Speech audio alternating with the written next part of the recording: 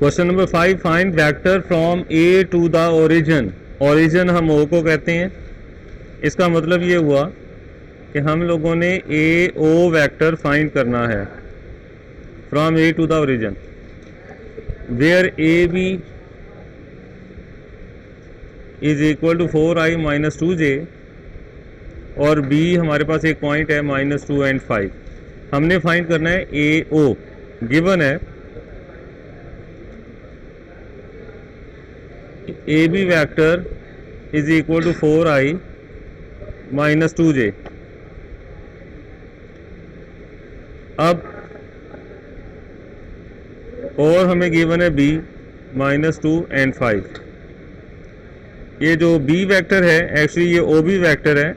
ओ B vector हम लिखते हैं -2i प्लस 5j। ओरिजिन होता है।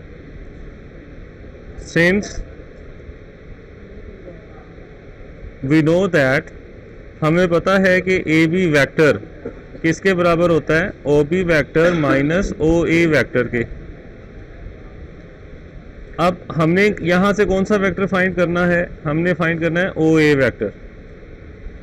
तो O A vector is equal to, O A उधर ले जाते हैं तो O B vector minus A B vector.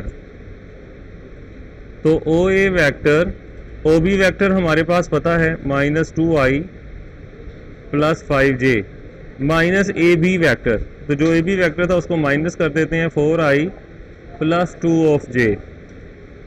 तो O A vector is equal to 2i और ये 4i हमारे पास हो गए 6i minus 7 plus 7j। This is minus 6i plus 7j। तो दिस इम्प्लाइज दैट हमने वेक्टर ओ ए फाइंड नहीं करना था, हमने तो ए ओ फाइंड करना था ना। तो ए ओ वेक्टर जो है वो क्या होगा, इसको रिवर्स कर दो। This is equal to 6i minus 7j। ये आंसर हुआ जी। क्वेश्चन नंबर 6 का थर्ड पार्ट है, फाइंड यूनिट वेक्टर।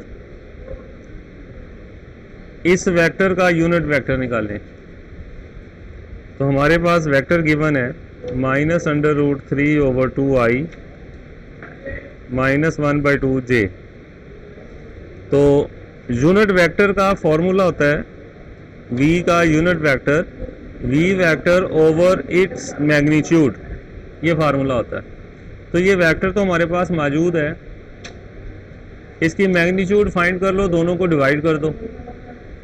तो दिस इम्प्लाइज दैट हम इसकी मैग्नीट्यूड फाइंड कर लेते हैं। मैग्नीट्यूड फाइंड करने के लिए i के साथ जो लगा है उसका स्क्वायर प्लस j के साथ जो लगा है उसका स्क्वायर। इसको सॉल्व करते हैं, इसका स्क्वायर प्लस हो जाएगा 3/4 प्लस 1/4, एलसीएम 4, तो 3 + 1, दिस इज √4/4 √1। तो v वेक्टर की मैग्नीट्यूड आ गई हमारे पास 1। नाउ v यूनिट वेक्टर बराबर होता है v vector over its magnitude.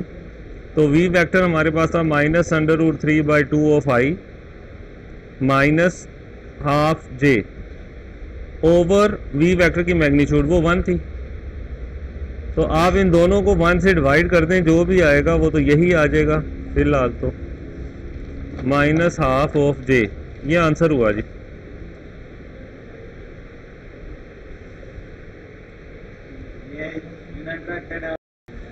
Question number 9 is very important question. If o is the origin and ob is equal to ab vector, ob vector और ab vector दोनों equal हैं, find p point. p point find करें। This is OP vector, actually OP vector.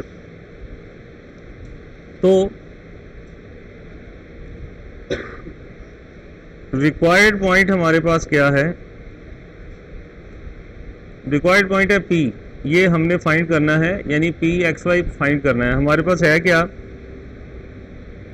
O हमारे पास 0,0 है, A -3 7 है और B point है 1,0। हमारे पास एक कंडीशन मौजूद है कि O P is equal to, since